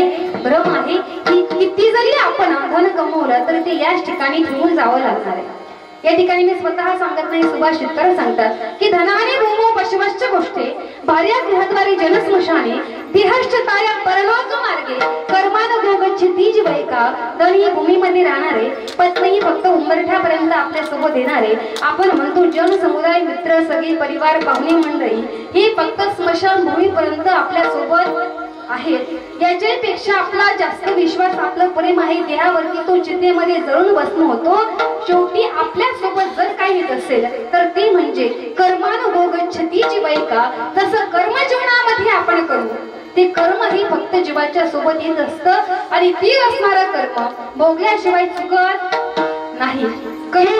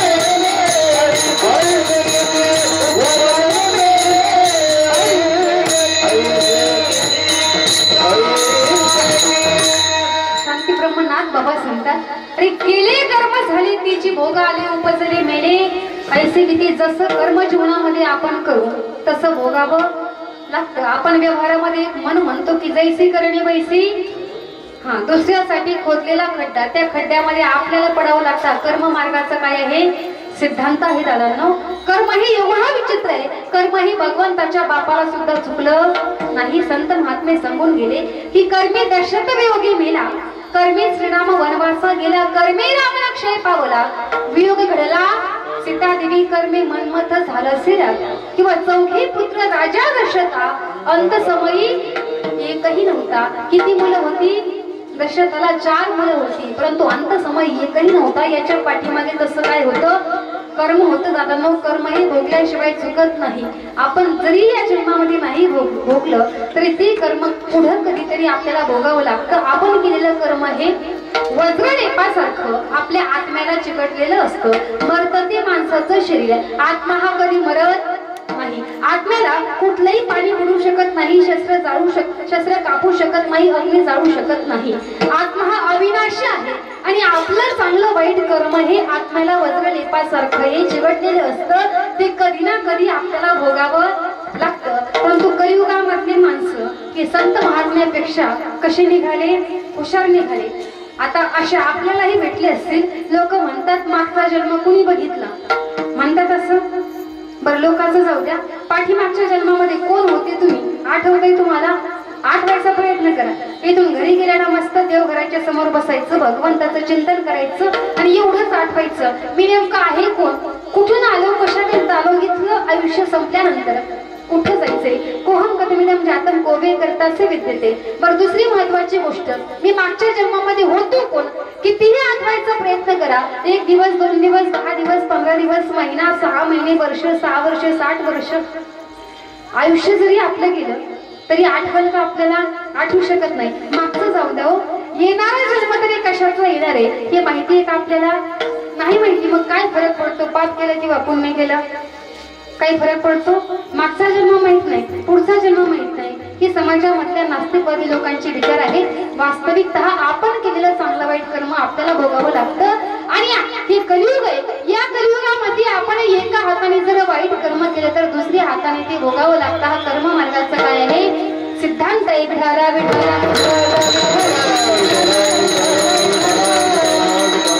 कसं भोगावं लागतं बघा. एक सज्जन गृहस्थ, 5 अपत्य होती, 5 मुलं होती. 5 मुलं, त्यामधला 1 नंबरचा उत्तम भागवताचार्य, दुसरा राष्ट्रीय कीर्तनकार, 3 नंबरचा गायक होता, 14 मृदंग वादक होता. जे 5 नंबरचा मुलगा होता ते काहीच करीत नव्हतं. महिला वर्ग, आता हल्लीच्या काळामध्ये काही जास्त आपल्या पोटी पुत्र संतान नसतात. किती असतात? जास्तीत जास्त 2, त्याच्यापेक्षा जास्त म्हटलं तर 3. 3च्या वर संख्या दिसत नाही. पूर्वीच्या माता भगिनींना तुम्ही विचारा, डझन लेकरं असायची. किती? आजी पंजीला विचारून बघा, मावशा किती होत्या, चुलते किती होते का?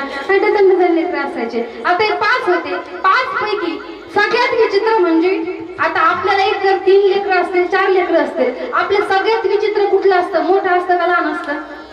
लहान असतं.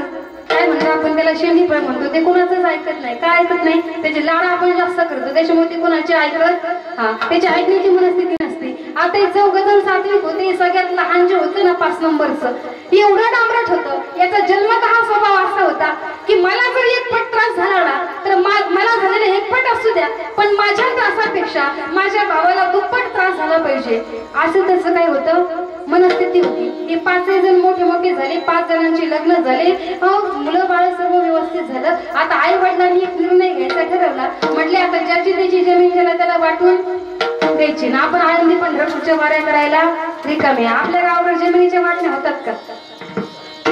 जागे आहेत ना सगळे? होत नाहीत ना अजिबात वाटण्या बिटण्या काहीच. मी काही इथं वाटण्या करायला आले नाही. आई वडिलांनी विचार केला की वाटण्या करून टाकायच्या. बरोबर 5 हिस्से केले. ज्याची त्याची जमीन ज्याच्या त्याच्या डायरेक्ट नावावरती करून टाकली. आई बापांनी आळंदी पंढरपूरची वारीसाठी निघून गेले.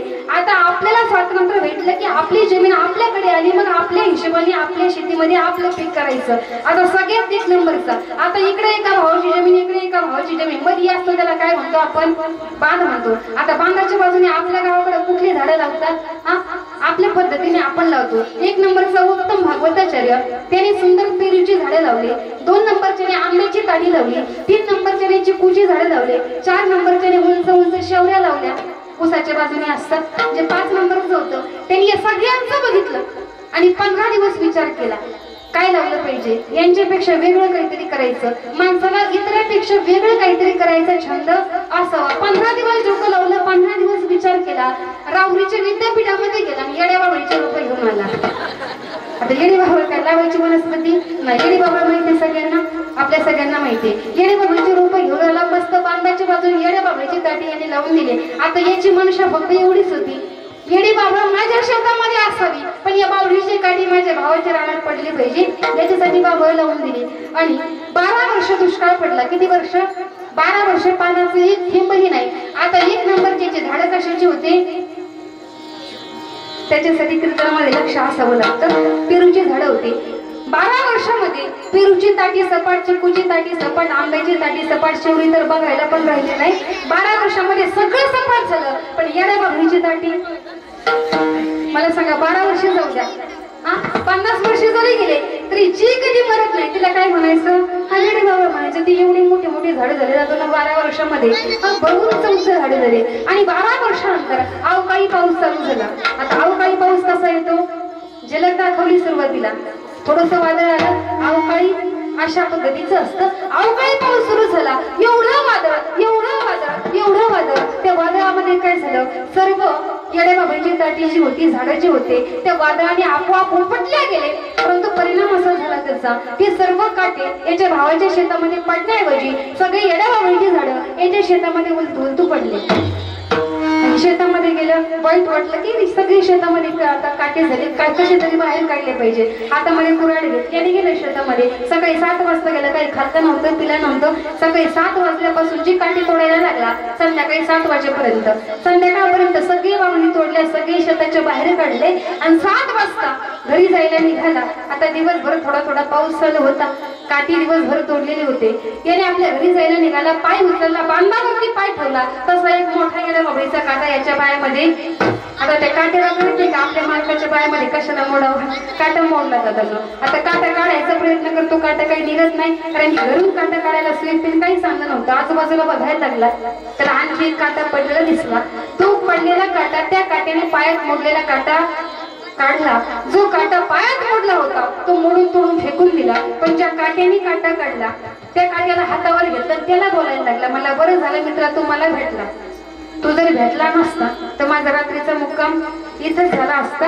तू किती चांगला आहे, पण तुला इथं शेतामध्ये पाण्यामध्ये चिखलामध्ये कुठे टाकू, तुला मी माझ्या घरी घेऊन जातो.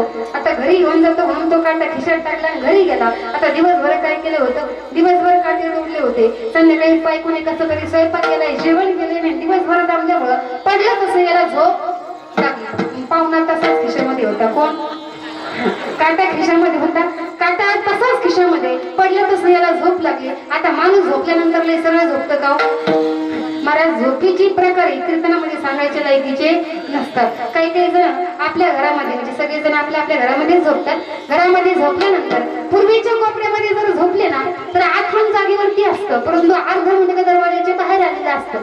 काही काही जण पलंगावरती जर झोपले, पलंग जागेवरतीच आहे, परंतु सकाळी उठून बघतो तर पलंगाच्या खाली असतो. कुणी आणलं मला खाली, कुणी नाही आणलं, तू चाला खाली. म्हणजे कोण कसं झोपतो, कोण काही काही जण अर्धे डोळे उघडे ठेवून झोपतात. काही काही ना झोपेमध्ये बोलायची सवय असते, काही काही जण झोपेमध्येच चालतात. म्हणजे कोण कसं झोपतं हे काही सांगता येत नाही. आता हा सरळ झोपला होता, निवांत झोपला होता, काटा खिशामध्ये होता. यांनी आपली झोपण्यासाठी कुश चेंज केली. हा पालथा झाला, खिशातला काटा उभा झाला. आता अगोदर काटा कुठं मोडला होता, काटा अगोदर पायामध्ये मोडला होता, आता काटा हृदयाच्या जवळ जाऊन मोडला. बायकोला आवाज दिला, आरडायला लागला, जोर जोर काटा मोडला, काटा मोडला. बायको पळत आली, बायको पायाकडे बघायला लागली. तो म्हणला, अगं गंगू पायात नाही, काटा माझ्या छातीमध्ये मोडला.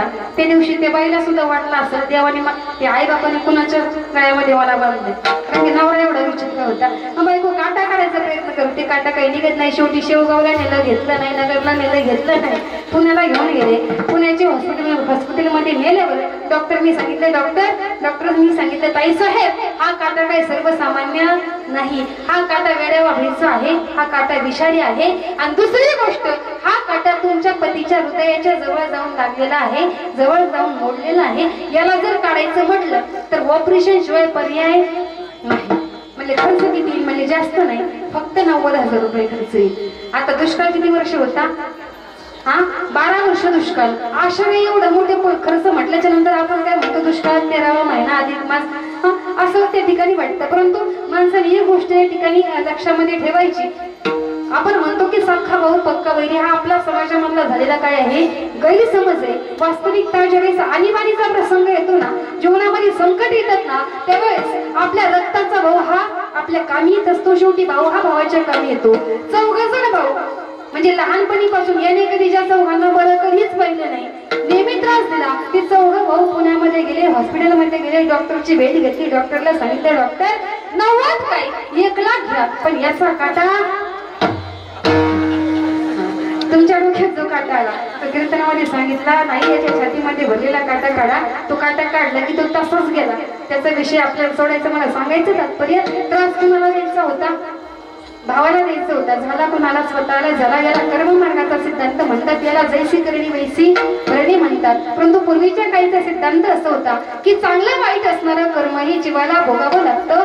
नवे नवे भगवंताच्या बापाला सुद्धा कर्माने सोडलं नाही. कर्म जे आहे, कर्म ही वज्र लेपासारखं आपल्या आत्म्याला चिकटलेलं असतं. ज्यावेळी कौरव पांडवांचं युद्ध झाल्यानंतर 5 पांडवापैकी एकही गेला नाही. 100 कौरवापैकी पाणी पाजायला सुद्धा एखादा राहिला नाही. ज्यावेळी 100 लेकरं गमावल्याचं दुःख हे धृतराष्ट्राला झालं आणि आंधळी धृतराष्ट्र विदुर काकाच्या जवळ बसून रडू लागले आणि आपल्या मनामधलं दुःख सांगायला लागले. तुम्ही लक्षपूर्वक ऐका, मनामधलं दुःख सांगतात. कोण सांगते कुणाला? एवढं फक्त कीर्तन संपेपर्यंत लक्षात ठेवा. विदुर काकाला आंधळी धृतराष्ट्र विचारतात की विदुरा, मी जन्माला आल्यापासून मुंगी मारल्याचं पाप कधी मी केलं नाही, कारण की मी जन्मता अनुभव जन्माला आलो, कधी कुठलं पाप केलं नाही. फक्त माझ्या जीवनामध्ये एक चुकी माझ्याकडून घडली, मी पांडवांना आपलं मानलं नाही. या 5 पांडवांचा द्रोह केला मी, पण त्याची एवढी मोठी शिक्षा भगवंताने मला द्यावी का? त्यावेळी विदुर काकाचं उत्तर ही ऐकण्यासारखं आहे. विदुर काका म्हणतात, त्या ठिकाणी धृतराष्ट्र अजूनही तू आंधळ आहे. अरे या जन्मामध्ये आता जे तू पांडवांसोबत वागला ना, हे तुला पुढं भोगायचंय, पण आताचे दुःख तू भोगतोय, हे दुःख तुझं या जन्मामधलं नाहीच आहे. मग कधीच हे दुःख? अरे इथून पाठीमागच्या 14व्या जन्मामधलं हे तुझं काय आहे? कर्म आहे. त्या कर्मामुळे आता तू दुःख भोगतोय. काय केलं होतं मी? ते विदुर काका सांगतात, इथून पाठीमागे 14व्या जन्मामध्ये तुझा जन्म राजघराण्यामध्ये झाला होता. तू एक राजपुत्र होता, सत्ता होती, संपत्ती होती, तारुण्य होतं. असं असताना तो राजपुत्र, तो राजकुमार शिकार करण्यासाठी अरण्यामध्ये निघाला. जवळपास 7 बाण आपल्या हातामध्ये घेतले, हातामध्ये धनुष्य घेतला, घोड्यावरती बसला आणि अरण्यामध्ये गेला, जंगलामध्ये गेला. शिकार करण्यासाठी हरणाच्या पाठीमागे धावत होता. एकूण 60 बाण हरणाला मारले. किती? एकूण 60 बाण हरणाला मारले. आता शेवटचा बाण भाट्यामध्ये शिल्लक आहे, पण हरिण हे चपळ प्राणी आहे. एकूण 60 बाण हरणाने हुकवले. आता रागाने लागधंद झाला, कदाचित मी घोड्यावरती बसून नियम धरतो म्हणून चुकत असेल. शेवटचा बाण आपल्या हातामध्ये घेतला, घोड्यावरून खाली उडी मारली आणि हरणाच्या पाठीमागे धावू लागला. नियम धरला, शेवटचा बाणही सुटला. आता यावेळी सुद्धा असं घडलं की तो बाण एका झाडाला जाऊन लागला आणि हरिण हे पळून निघून गेलं. आता रागाने लागधंद झाला राजपुत्र. काय करावं काही सुचत नव्हतं. कुठल्या तोंडाने आपण आपल्या राज्य विभागामध्ये जाऊ, कुठल्या तोंडाने राज्यामध्ये जाऊ, राजवाड्यामध्ये जाऊ, काही सुचत नव्हतं. मग राग शांत करण्याकरता आजूबाजूला पाहिलं, त्याला 2 गारगुटीचे दगड दिसले. महिला वर्ग, आपण किचन मध्ये स्वयंपाक करतो बरोबर? स्वयंपाक येतो तुम्हाला सगळ्यांना? हा, स्वयंपाक सगळ्यांना येतो. मला सांगा, जर आता राग तर येत नाही तुम्हाला, पण जर राग आला तर तो राग शांत होण्याकरता काय करतो आपण? 1, 2, 5 मिनिटाचा तो कालावधी असतो. मला सांगा, आपल्या घरामध्ये ताट तांबे उभंच नाही चिमटलेले नसतात. कशावरती काढतो आपण राग? भांड्यावरती काढतो. बरं, भांड्यावरती नाही, एखाद्याची घरपट्टी जर जवळ असली, बारकाली लेकरं, तर राग कोणावरती काढतो आपण? रिकामी 2-4 कानाखाली त्यांच्या येतो. जर लहान लेकरं जवळ नसले आणि आपल्या घरामध्ये करते पुरुष ते जर जवळ असलं, राग कोणावरती निघतो? इकडं सुद्धा निघतो दादांना. म्हणजे ते ठराविक, मला सांग, 8-10 दिवसाचा कालावधी असतो का नाही? थोडासा कालावधी असतो. तेवढा वेळ गेला की माणूस निवांत, नंतर थोड्या वेळाने आपण काय होतो? शांत होतो. आता राजकुमार आहे, रागाने लालबंद झाला, काय करावं सुचत नव्हतं. बाजूला पहिल्या 2 गारगुटीचे दगड दिसली, उचलली, दगडावरती दगड घासू लागला रागाने, कसं राज्यामध्ये जावं म्हणून. पण त्या घर्षणामधून अग्नीची उत्पत्ती झाली. काही अग्नीच्या ठिणग्या त्या जंगलामध्ये पडल्या. जंगलामधलं गवत हे वाळेल आहे, संपूर्ण जंगल हे आगीने पेटलं. राजपुत्र पुन्हा घोड्यावरती बसला, आपल्या राज्यामध्ये निघून आला. पाठीमागे अरण्याची, जंगलाची काय अवस्था झाली असेल. त्या जंगलामध्ये जेवढे काही जीव होते, ज्यांना आपला जीव वाचवता आला, ज्यांना प्राण वाचवता आला, तेवढ्यांनी वाचवला. परंतु कित्येक जणांची त्या ठिकाणी प्राणाची आहुती त्या अरण्यामध्ये त्यांना द्यावी लागली. भयंकर असणारं जंगल आगीने पेटलं, संपूर्ण जंगल जळालं. परंतु आपला मुद्दा इथे आहे, ते जंगल जळत असताना त्या जंगलामधली आग एका डोंगराच्या पायथ्यापर्यंत आली. त्या डोंगराच्या पायथ्याशी असं दृश्य होतं की एक सर्पिने नावाचा प्राणी, सर्पिन माहिती सगळ्यांना? साप माहिती? हा, सर्पिने नावाचा प्राणी, ती सर्पिन जळलेली होती. त्या सर्पिनेने 100 पिल्लांना जन्म दिलेला होता आणि आपल्या वेटाळ्यामध्ये 100 पिल्लं घेऊन ती सर्पिन बसली होती. ज्यावेळी आग त्या सर्पिणीपर्यंत आली आगीची लोट सरपिणीकडे त्या ठिकाणी येऊ लागले. सरपिणीच्या लक्षामध्ये आलं की जंगल हे आगीने पेटले. आपल्या तोंडाच्या फुंकाऱ्यानं ती आग विझवायचा प्रयत्न करत होती. मला सांगा, सरपिणीने किती जरी फुंकारे मारले, आग विझणार आहे का? प्रचंड असणारी आग विझू शकत नाहीये, तरी प्रयत्न चालू आहेत. शेवटी एक आगीचा लोट समोर आला. ती सरपिण दोन्ही डोळ्याने आंधळी झाली. आता डोळ्याने काही दिसतही नाही, तरी 100 लेकरांना वाचवायचे, 100 लेकरांना वाचवायचे. तोंडाच्या फुंकऱ्याने ती आग विझवायचा प्रयत्न करते. आग काही त्या ठिकाणी दिसत नाही. आणि शेवटी ज्यावेळी जास्त आग जवळ आली, शरीराला चटके बसायला लागले, त्यावेळी आपल्या स्वतःचा जीव वाचवायचा म्हणून ती सरपिण जवळ असणाऱ्या एका बिळामध्ये निघून गेली.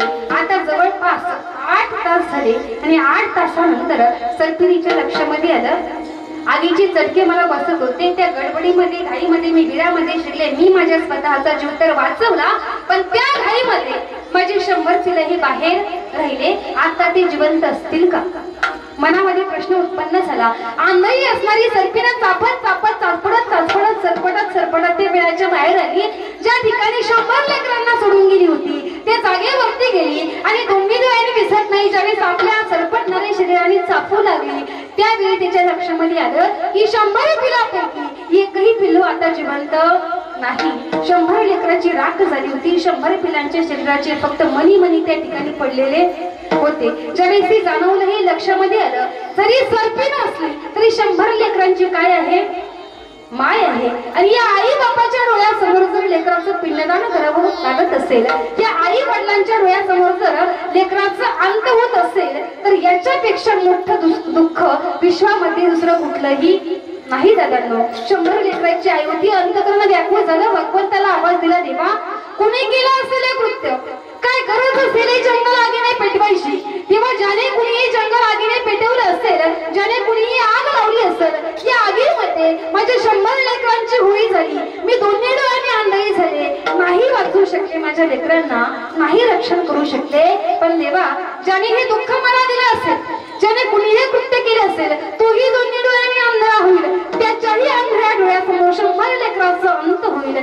माझ्या अंतकरणावर जे दुःख झालं, मला जी पीडा झाली, ती दुःख, ती पीडा त्याला सुद्धा होईल. आता धृतराष्ट्राला विदुर काका सांगतात, धृतराष्ट्रा, आता तरी तुझ्या लक्षामध्ये आलं असेल, या ठिकाणी तो आंधळा, तो राजकुमार जो आहे, त्या राजकुमाराने जंगल ही आगीने पेटवलं. त्याच्यामुळे 100 पिलं गेली, त्याच्यामुळे सरपिण आंधळी झाली. ते कर्म म्हणून तू जन्मतः अंध जन्माला आलास. तुझ्या आंधळ्या नेत्रासमोर 100 लेकराचा अंत झाला आणि नाही वाचू शकला, नाही काही करू शकला. जे दुःख तिच्या अंतकरणाला झालं, ते दुःख तुझ्या अंतकरणाला झालं. सांगण्याचं तात्पर्य की याला म्हणावं कर्म. जसं कर्म जीवनामध्ये असेल ना, तशी गती जीवनामध्ये आपल्याला प्राप्त होते. म्हणून आपल्यासोबत जर काही येत असेल तर ते म्हणजे आपण चांगलं वाईट केलेलं कर्म. म्हणून संत महात्मे सांगतात की जसं कर्म जीवनामध्ये आपण करू, तशी गती जीवनामध्ये प्राप्त होते. परंतु हे कर्म करत असताना आपण एक कर्म भगवंताच्या नामचिंतनाचं करत नाही. संसाराच्या पाठीमागे आपण राहतो. ही सर्व माझं आहे, सगळे सोयरे माता पिता हे सर्व माझं आहे, माझं माझं करता करता भ्रमामध्ये जीवन आपण जगतो. देवाचं चिंतन करत नाही. शांती ब्रह्मनाथ बाबा सांगतात की अशा पद्धतीचे कुठलेच भ्रम माझ्या जीवनामध्ये मला होऊ देऊ नको. आता संप्रदायाच्या नियमाप्रमाणे आपण सगळेजण वारकरी भजन घेऊ. पाठीमागं बसलेला महिला वर्ग, पुरुष वर्ग सर्वांनी दोन्ही हात वरती करून भगवंताचं नामचिंतन करायचं.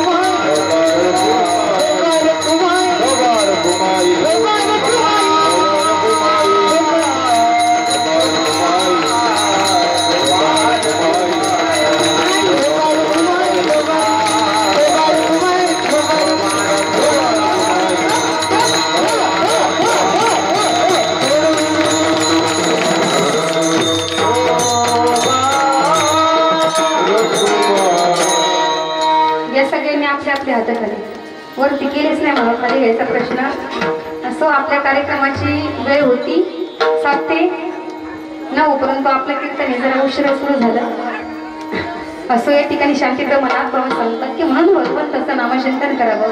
ते पायने तीर्थयात्रा घडावी, मुखाने भगवंताचं नामचिंतन घडावं. का तीर्थयात्रा करावी की जवळ हे सगळं सिद्ध आहे.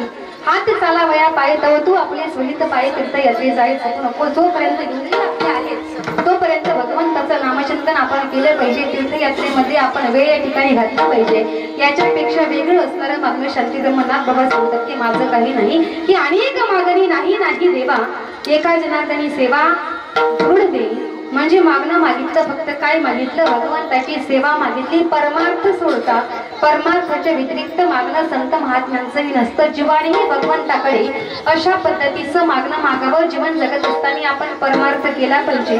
माता पित्याची सेवा अंतःकरणापासून केली पाहिजे. परमार्थ मार्गामध्ये प्रगती केली पाहिजे. आपण परमार्थामध्ये आलं पाहिजे. पण लक्षपूर्वक ऐका, जन्म झाल्यापासून कधी कधी आपली परिस्थिती मनस्थिती अशी होऊन जाते. जन्म झाल्यापासून कधी परमार्थ नाही, कधी देवाचं नामचिंतन नाही, कधी हनुमंतरायाच्या मंदिरामध्ये चुकून सुद्धा आपण गेलो नाही. गेलो होतो एकदा लग्नाच्या वेळी, बोटे घालून आपण हनुमंतरायाचं मंदिर पाहिलं. त्याच्यानंतर हनुमंतरायाची आणि आपली कधी भेट नाही. आणि अशा वेळी जर कीर्तन प्रवचन ऐकले, परिवर्तन माणसाच्या अंतःकरणामध्ये झालं. महाराजांनी सांगितलं केला पाहिजे परमार्थ, परंतु आपण असं काही कृत्य केलेलं असतं, खाऊ नाही ते खाल्लं, पिऊ नाही ते पिलं. मग लोकांना असं वाटतं या ठिकाणी आपण भगवंताचं चिंतन करत असताना जर आता परमार्थामध्ये आलो तर लोक म्हणतील की करून करून भागला, देवपूजेला लागला, मग नको बाबा परमार्थ करायला. परंतु अशा लोकांना सुद्धा परमार्थामध्ये संत महात्म्यांनी संधी दिली. तुकोबराय सांगतात बाबा जीवन जगत असताना आपण जीवनामध्ये काय केलं असेल पाठीमागे, तो भूतकाळ सोडून त्या भूतकाळाकडे लक्ष देऊ नका. भूतकाळ दिसला ते मागे केले ते पाहू नका. पुढे जामीन आहे तुका, किंवा आता तरी पुढे हाच उपदेश नका करू नाश आयुष्याचा. पाठीमाग जे गेलं असेल ते सोडून द्या आणि आता तरी आपण भगवंताचं नामचिंतन केले पाहिजे. भगवंताच्या नामामध्ये या ठिकाणी आपण आपला असणारा वेळ घालवला पाहिजे. कारण की कुठल्या क्षणी आपल्याला आपला देव ठेवावा लागेल ते आपल्यालाही कळत नाही. म्हणून जीवन जगत असताना असं संत महात्म्यांच्या उक्तीप्रमाणे जगावं की तुका म्हणे एका मरणेची सरे उत्तमची उरे कीर्ती मागे. आपण गेल्यानंतर आपली कीर्ती पाठीमागे राहिली पाहिजे. असं काहीतरी करून माणसाने मेलं पाहिजे. आता मरावं तर कुणाला वाटत नाही, परंतु मरण ही अटळ आहे की ज्याचा जन्म झाला त्याचा मृत्यू हा कसा आहे, निश्चित स्वरूपाने आहे. म्हणून चांगल्या पद्धतीने जीवन जगावं. परमार्थ मार्ग, ती परमार्थ मार्गाची या ठिकाणी तातडी करावी. असं आपल्या कार्यक्रमाची नियोजित असणारी वेळ ही संपलेली आहे. या ठिकाणी बोलण्याच्या ओघामध्ये जर काही वाईट शब्द गेले असतील, चुकीचे शब्द गेले असतील तर ते बुद्धीचे दोष म्हणून या ठिकाणी सोडून द्या. जे काही चांगलं असेल तर ते संत महात्म्यांचं ज्ञान, संत महात्म्यांचं तत्व म्हणून या ठिकाणी आत्मसात करा. ज्यांच्यामुळे सुंदर अशा सेवेचा लाभ मला प्राप्त झाला अशी असणारी परमार्थ स्नेही आपल्या संपूर्ण भागामध्ये सर्व असणारे व्यक्तिमत्व ज्यांच्यावरती प्रेम करतात असे असणारे गुरुस्थानी पितास्थानी असणारे उद्धवजी महाराज सबलस आणि त्यांचे असणारे सुपुत्र या ठिकाणी माऊली महाराज सबलस. खऱ्या अर्थाने मी फार, कदाचित तुम्हाला माहिती नाही, मी फार लहान होते ज्यावेळेस आळंदी तीर्थक्षेत्रामध्ये गेले होते. मी लहानपणीपासून माऊलींना पाहिलं, महाराजांना पाहिलं. अतिशय आपल्या भागामधील आहेत म्हणून नाही, परंतु खऱ्या अर्थाने अतिशय शांतीचं तत्व म्हणजे असणारे या ठिकाणी माऊली आहे. पहिल्यापासून पाहिलं मी, परंतु कधी या ठिकाणी फक्त जय हरी जय हरी कधी शब्द सुद्धा या ठिकाणी मी पहिल्यांदा माऊलींना या ठिकाणी बोलले कार्यक्रमाच्या निमित्ताने. परंतु आपलं असणारं परमभाग्य की या ठिकाणी यांच्या रूपाने संत तत्वाचं दर्शन आपल्याला होतं. महाराष्ट्र ही पवित्र भूमी आहे, संत महात्म्यांची भूमी आहे, संत महात्म्याच्या पदस्पर्शाने पावन झालेली भूमी आहे आणि यांच्या सर्वांच्या मार्गदर्शनामध्ये सुंदर असणारं सप्ताहाचं नियोजन आहे.